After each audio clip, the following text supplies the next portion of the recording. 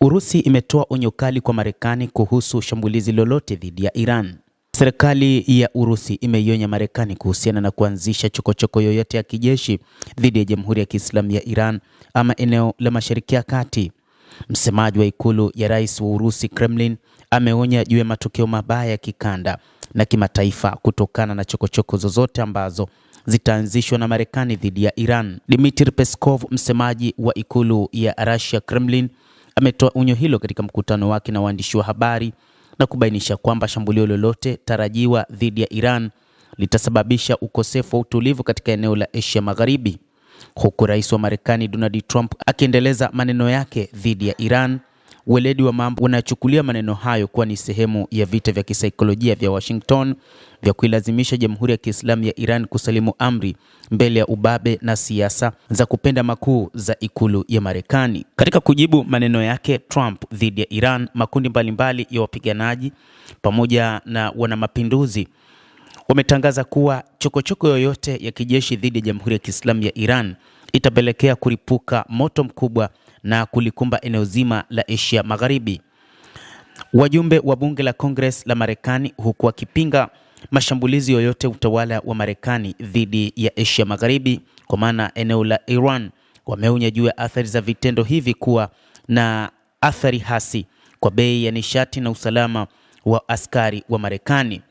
Jamhuri ya Kiislamu ya Iran daima imekuwa ikisisitiza kwamba inataka amani na nchi zote duniani, lakini itajibu kwa nguvu zake zote juu ya mashambulizi yoyote dhidi ya Marekani pamoja na Israel. Hata hivyo, Urusi imeshaweka wazi kwamba ipo tayari kutoa aina yoyote ya silaha kwa taifa la Kiajemi, taifa la Iran, wakati ambapo kutakuwa na mashambulizi dhidi ya taifa hilo.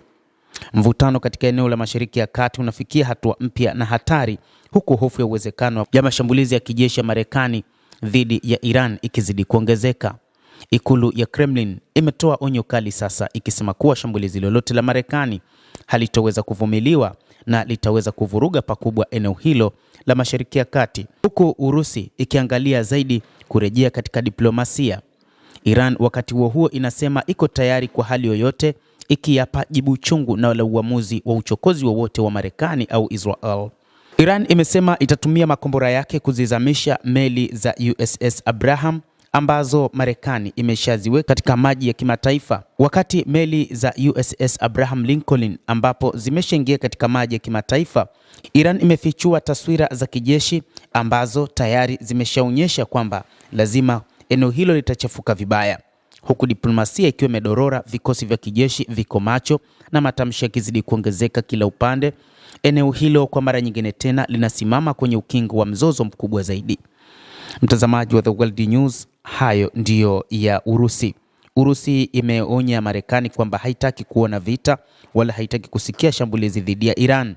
Kadhalika imeweka wazi itatoa silaha zozote ambazo Iran itahitaji katika mapambano hayo ambayo Marekani imeamua kuyaanzisha rasmi dhidi ya Jamhuri ya Kiislamu ya Iran, katika kile ambacho wakati huu hakionekani huko nchini Iran, kwa maana kile ambacho Marekani imesema ni uwepo wa maandamano na uwepo wa vifo kwa waandamanaji.